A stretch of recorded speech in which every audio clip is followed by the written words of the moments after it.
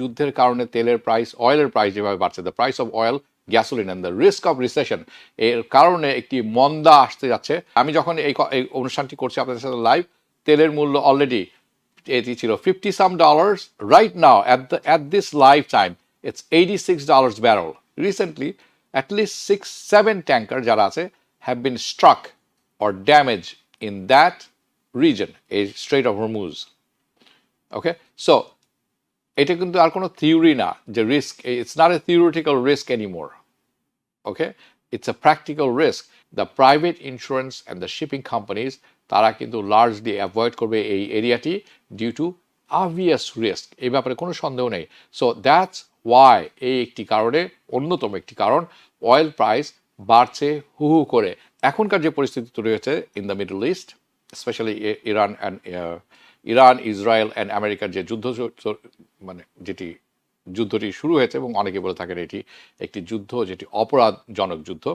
In this section of the program আমরা দেখব যে এই যুদ্ধের কারণে তেলের প্রাইস, অয়েলের প্রাইস যেভাবে বাড়ছে, the price of oil, gasoline and the risk of recession, এর কারণে একটি মন্দা আসতে যাচ্ছে এবং মন্দা আসার রিস্কটি কতখানি সেটি নিয়ে আলোচনা করব এবং বিভিন্ন তথ্য আপনাদের কাছে তুলে ধরবো। সো আপনারা কি জানেন the risk of recession increase, যখন রিস্ক অফ মানে একটি অর্থনৈতিক মন্দার রিস্কটি বেড়ে যায় ড্রামাটিকলি যখন অয়েল প্রাইস বেড়ে যায়, তেলের দাম মূল্য বেড়ে যায় 50% অর মোর, 50% বা তার চেয়ে বেশি যদি বেড়ে যায় খুব স্বল্প সময়ের মধ্যে, in the short period of time, when oil price spike sharply, খুব কম সময়ের, very small span of time, তার পরপরই একটা রিসেশন দেখা দেয়, অর্থনৈতিক মন্দা চলে আসে পৃথিবীতে। And that's true. A recession has always followed, often followed, not always, often, most often followed. In পরবর্তী 1973 অয়েল এম্বার্গো, আপনাদের মনে থাকার কথা, সৌদি আরব এবং মধ্যপ্রাচ্যের দেশগুলোয় অয়েল বিক্রয় করা বন্ধ করে দিয়েছিল পশ্চিমা বিশ্বের কাছে। So in 1973 oil embargo, 1979 Iran crisis, Ayatollah Khomeini, that Ayatollah Khomeini, 1990 the Gulf War এবং 2008 of course the financial crisis, and each case প্রতিটি কেসে অয়েল প্রাইস বেড়ে গিয়েছিল sharply before the economic weaknesses followed. তেলের মূল্য বেড়ে গিয়েছিল রাতারাতি, যার পরবর্তীতে আমরা দেখেছি অর্থনৈতিক দুর্বলতা তার সাথে সাথে হাত ধরে এসেছে। But I want to tell you this because এটি অত্যন্ত গুরুত্বপূর্ণ জানা আমাদের জন্য। This the key is not simply high oil price. আপনি মনে রাখবেন, শুধু উচ্চ মূল্যে তেলের উচ্চ মূল্য নয়, no, just for the clarity, যাতে করে আমরা পরিষ্কারভাবে বুঝতে পারি, সেটি হচ্ছে let's just say, okay, by the way, আমি যখন এই অনুষ্ঠানটি করছি আপনাদের সাথে লাইভ, তেলের মূল্য অলরেডি এটি ছিল $50 right now at this lifetime it's $86 barrel, অর্থাৎ $36 বা $30 আপ হয়ে গেছে অলরেডি। সো আমার যে এক্সাম্পলটা আপনাদের কাছে তুলে দেবো, let's say oil price jump করেছে $100 per barrel, okay, market normally can adjust করতে পারে অ্যান্ড অ্যাভয়েড রিসেশনও অ্যাভয়েড করতে পারে। যখন এটি হয়ে থাকে এই জাম্পটি মার্কেট সহ্য করে নিতে পারে এবং রিসেশনও অ্যাভয়েড করতে পারে, অর্থনৈতিক মন্দার কথা বলছি। If oil gradually creeps up, যদি এই প্রাইসটি আস্তে আস্তে বাড়তে $100 দিকে যায়, to that level, it's $100 a barrel, okay, ধরে নিই আমরা। When the market struggles with this, when the price, okay, when the market struggle is, কখন মার্কেট স্ট্রাগল করে, যখন প্রাইসটি রাতারাতি বেড়ে যায়, অয়েল স্পাইকস আপ এবং ইট রিমেইনস দেয়ার, এই রাতারাতি মূল্য বেড়ে গেল এবং তার মূল্য সেখানে বসে থাকলো, কমলো না for a prolong period of time. $100 উঠলো ব্যারেলে, এর নিচে নামার কোনো লক্ষণ নেই এবং বহুদিন যাবৎ ধরে এই $100 ব্যারেল আছে। দেয়ারফর দ্য স্পিড যেই দ্রুততার সাথে বাড়ে price spikes, it matters, and এটার ম্যাগনিটিউডের ব্যাপকতা কতখানি, that matters, like how much it goes by matters as well, and also the duration, কত দিন ধরে এটি বাড়া অবস্থায় থাকবে, like how long will it stay at that elevated level 4. So with that being said, আমি আরেকটি জিনিস আপনাদেরকে দেখাতে চাই যেটি আপনারা দেখছেন এখন। You are looking at a price of a barrel of oil WTI। এটা একটি 1 বছরের চার্ট। এগেন আমরা দেখছি the looking at the speed, আমরা কি হারে কত দ্রুততার সাথে এটি বাড়ছে, ম্যাগনিটিউড অর্থাৎ কি আকারে এটি বাড়ছে, এবং দ্য ডিউরেশন কত দিন ধরে এটি বাড়ছিল। So we are looking at A 50% or more spike in a short period of time. আমরা দেখলাম খুব কম সময়ে 50% বেড়ে গেছিল। ওকে, খুব কম সময়ের জন্য, and a time and that stage elevated for multiple month, বেশ কয়েক মাসের জন্য ছিল। Essentially the bigger spike, the more quicker the spike is, যত বড় হবে, যত দ্রুততার সাথে হবে এবং যত লম্বা সময় ধরে এটি থাকবে, there will be increase in odds of recession, অর্থাৎ অর্থনৈতিক মন্দা আসার সম্ভাবনা ততখানি বেড়ে যায়। Now I want to show you, look at this, আপনারা যেটা এখন দেখতেছেন, back in the May last year, গত বছর শেষের দিকে, the price oil spike 28%। Oil of price বেড়ে গিয়েছিল 28%, 1 মাসের মধ্যে, month and half by the way. Okay, but as you can see price খুব দ্রুতই কমে এসেছিল। দ্য ম্যাগনিটিউড ওয়াজ নট 50%, 50% ছিল না। 50% বা তার উপরে বেড়ে গেলে আপনি মনে রাখবেন অর্থনৈতিক মন্দা তার পিছনে পিছনে হেঁটে চলে আসবে। সো আপনারা যেটা দেখছেন সেটি হচ্ছে 28%, not 50% or more, and the duration was very short, খুব কম সময়ের জন্য এত উপরে ছিল সে মূল্যমান। নাও I want to take a look at this. What's going on today? Okay, V6 যেটি আপনারা দেখছেন, in the past month and half, গত 6 সপ্তাহ ধরে, and you know, I'm using the same period of time to carry the apples to apple. আমি same সময়টা নিয়েছি, same হাইটটা নিয়েছি যাতে এটা কম্পারিশনটা ঠিক থাকে। So in the past month and have, গত 6 সপ্তাহে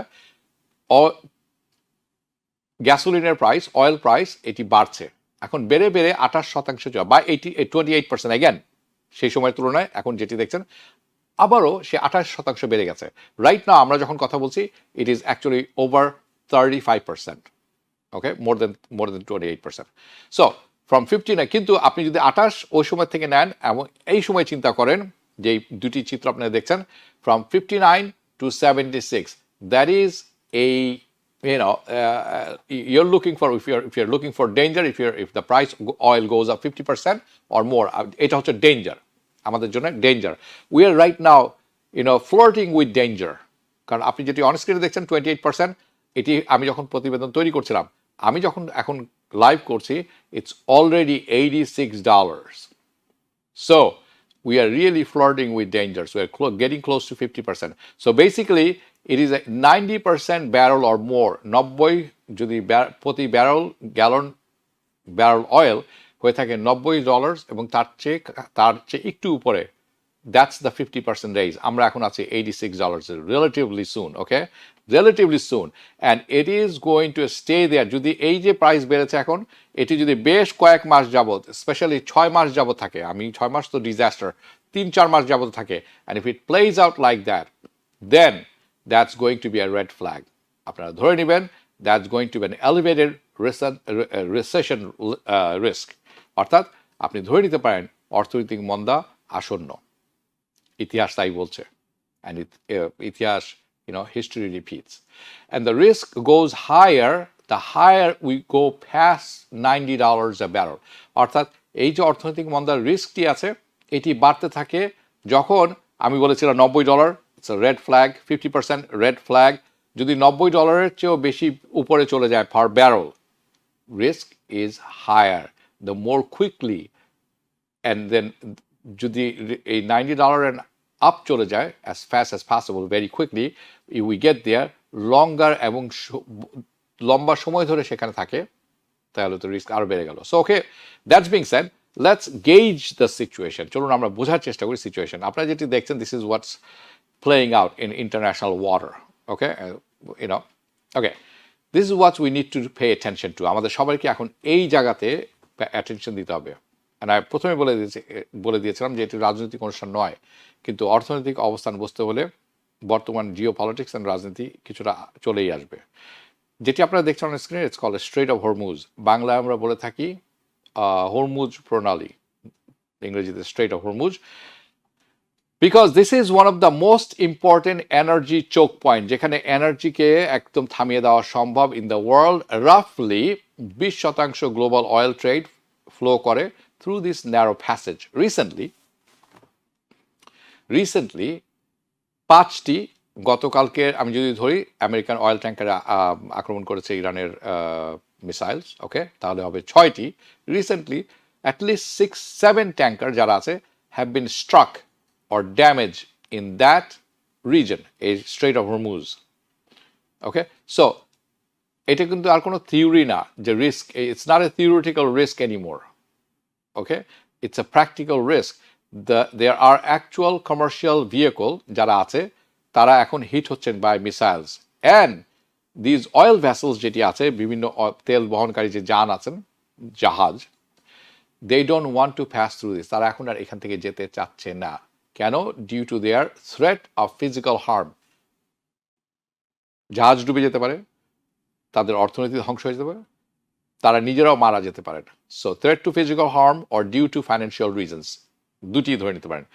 মেজর ইন্স্যুরার যারা আছেন, আপনারা যারা এই বাণিজ্য পথে যারা চলাচল করেন, মেজর সব কয়টি জাহাজের ইন্স্যুরেন্স থাকে।